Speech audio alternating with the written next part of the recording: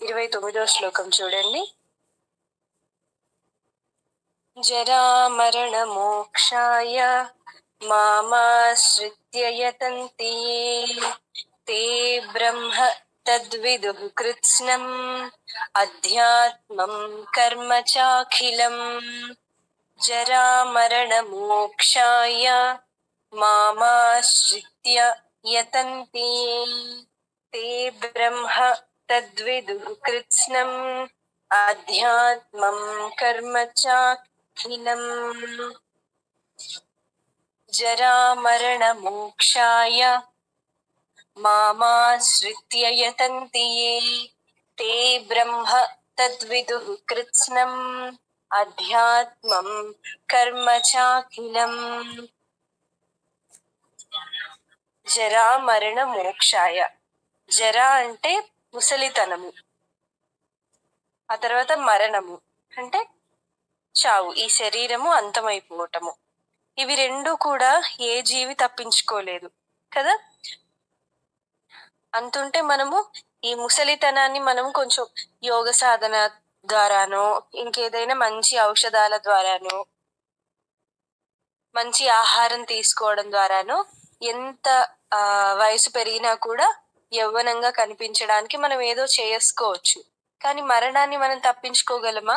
లేదు. సో ఎలా అయినా కూడా ఈ ముసలితనము, తర్వాత వృద్ధాప్యము, తర్వాత మరణము, వృద్ధాప్యం వల్ల వచ్చే పీడ, ఆ బాధ ఏదైతే ఉంటుందో, అంటే శరీరంలోని భాగాలు సరిగ్గా పనిచేయకపోవడం, కళ్ళు సరిగ్గా కనిపించకపోవడం, ఇవన్నీ వృద్ధాప్య లక్షణాలు కదా. వీటి నుంచి, ఇంకా మరణాన్ని నుంచి మనం తప్పించుకోలేము. కాబట్టి వీటి నుంచి మనము విడుదలని మాత్రం పొందొచ్చు. విడుదల పొందటం అంటే ఏంటి? వీటి వల్ల వచ్చే బాధ ఏదైతే ఉంటుందో అది మనకి తెలియకుండా మనం ఉండగలుగుతాము. అది ఎలా అంటే, పూర్తిగా భగవంతుడిపైనే మనం ధ్యాస ఉంచితే మనకి దాని వల్ల వచ్చే పీడతో సంబంధం ఉండదు ఇక. కాబట్టి అంటే వీటి రెండింటిని మనం ఎలాగూ తప్పించుకోలేం, గాని వీటి వల్ల వచ్చే ఆ బాధని గాని, భయాన్ని గాని మనం తప్పించుకోగలుగుతాము. అది ఒక్క భక్తి ద్వారా మాత్రమే సాధ్యం. భక్తి జ్ఞానం ద్వారా మాత్రమే సాధ్యం. కాబట్టి జరా మరణ మోక్షాయ, ఈ వృద్ధాప్యము, మరణం నుంచి మనకి మోక్షం కావాలి అని మనం ఎప్పుడైతే భగవంతుని ఆశ్రయిస్తాము, మాం ఆశ్రిత్య, ఇంకా దేన్ని కాకుండా భగవంతుణ్ణి, మాం అంటే ఇక్కడ నన్ను అని కృష్ణుడు చెప్తున్నాడు కదా. యతంతి ఏ, ఏ అంటే ఎవరైతే, యతంతి అంటే ప్రయత్నిస్తారో, తే బ్రహ్మ తద్విదుః కృత్స్నం, అలాంటి వాళ్ళు, తే అంటే వాళ్ళు, ఆ సాధకులు, యోగులు, భక్తులు, బ్రహ్మ తద్విదుః కృత్స్నం, బ్రహ్మమును, కృత్స్నం అంటే ఏంటి? సర్వం అంటే పూర్తిగా, పరిపూర్ణంగా, తద్విదుః, విదుహు అంటే తెలుసుకోవటం, విద్ అనే శబ్దానికి అర్థం ఏంటి? తెలుసుకోవటం. అలాంటి వాళ్ళు నన్ను ఆశ్రయించి ఎవరైతే సాధన చేస్తారో, భక్తితో పూజిస్తారో, అలాంటి వాళ్ళు పరిపూర్ణంగా నన్ను తెలుసుకుంటారు. అధ్యాత్మం కర్మచ అఖిలం, అధ్యాత్మ మార్గంలో ఎవరైతే సాధన చేస్తారో, కర్మలు చేస్తారో, వాళ్ళు ఈ జరామరణం నుండి మోక్షాన్ని పొందుతారు, అలాగే సంపూర్ణంగా నన్ను తెలుసుకుంటారు అని. 30వ శ్లోకం. సాధిభూతాధిదైవం మాం,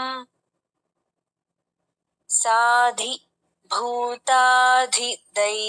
మాం సాధియజ్ఞం చ యే విదుః ప్రయాణకాలేపి చ మాం తే విదుర్యుక్తచేతసః,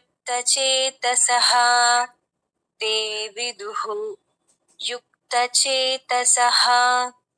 సాధిభూత అధిదైవం మాం, దీన్ని విడదీస్తే సాధిభూత అధిదైవం మాం, అధిదైవం కలిపి చదివినా పర్వాలేదు, కలిపే చదవండి, కన్ఫ్యూజన్ ఎందుకు. సాధిభూతాధిదైవం మాం సాధియజ్ఞం చ యే విదుః ప్రయాణకాలేపి చ మాం తే విదుర్యుక్తచేతసః.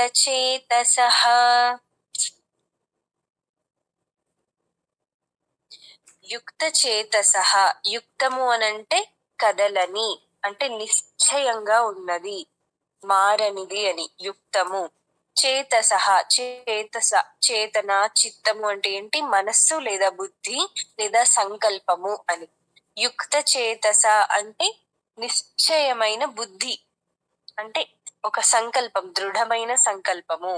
ఎవరైతే దృఢమైన సంకల్పముతో ప్రయాణకాలేపి, ప్రయాణకాలం, ప్రయాణం అంటే ఏంటి? జర్నీ. మామూలుగా సామాన్యంగా మనం అర్థం చేసుకోవద్దు. ప్రయాణం అంటే ఒక చోటు నుండి ఇంకో చోటుకి వెళ్ళటమే ప్రయాణం. అయితే నిజమైన ప్రయాణం ఏంటి? శరీరంలో, ఈ శరీరాన్ని వదిలిపెట్టి వెళ్ళిపోవటమే ప్రయాణము, అంటే మరణము అని అర్థం. ప్రయాణం అంటే ఏంటి? ఇక్కడ మరణం అని అర్థం. సో ప్రయాణకాలేపి, మరణకాలంలో కూడా ఎవరైతే నన్నే తలుచుకుంటారో, యుక్త చేతస అంటే నిశ్చయమైన బుద్ధితో, అదేదో ఊరికే అనుకోకుండా తలుచుకోవటం కాదు, దృఢమైన సంకల్పంతో, దృఢమైన మనస్సుతో భగవంతుని అందే మనస్సు కలిగి ఉంటారో, ఇప్పుడు మరణ సమయంలో కూడా సాధిభూత అధిదైవం మాం సాధియజ్ఞం చ యే విదుః అంటే ఈ అధిభూతము, అధిదైవము, అధియజ్ఞము అని 3 పదాలు మీరు గుర్తుపెట్టుకోండి. మనము నెక్స్ట్ వచ్చే అధ్యాయంలో వీటికి అర్జునుడే అడుగుతాడు. ఇప్పుడు మీ అందరికీ సందేహం వచ్చి ఉంటుంది, ఇదేంటబ్బా, ఇవేంటి 3 పదాలు వచ్చాయి ఇక్కడ, అన్ని సేమ్ గా ఉన్నాయి. అధిభూతం, అధిదైవం, అధియజ్ఞం. అయితే వీటన్నింటికి యజమాని భగవంతుడే అని తెలుసుకొని ఎవరైతే భగవంతుని అందే మనస్సుని పెట్టి శరీరాన్ని వదిలిపెడతారో వాళ్ళు పరిపూర్ణంగా నన్ను తెలుసుకుంటారు, వాళ్ళు మోక్షాన్ని పొందుతారు అని అర్థం ఇక్కడ. అయితే ఈ 3 పదాలకి అర్థము ఇప్పుడే కాదు, వచ్చే అధ్యాయంలో, తర్వాత అధ్యాయంలో అర్జునుడు అడుగుతాడు, కృష్ణుడు వివరంగా చెప్తాడు. మనం కూడా వెయిట్ చేద్దాం. స్వస్తి. ఓం తత్సదితి. శ్రీమద్భగవద్గీతాసు ఉపనిషత్సు బ్రహ్మ విద్యాయాం యోగశాస్త్రే శ్రీకృష్ణార్జున సంవాదే జ్ఞాన విజ్ఞాన యోగో నామ సప్తమోऽధ్యాయః.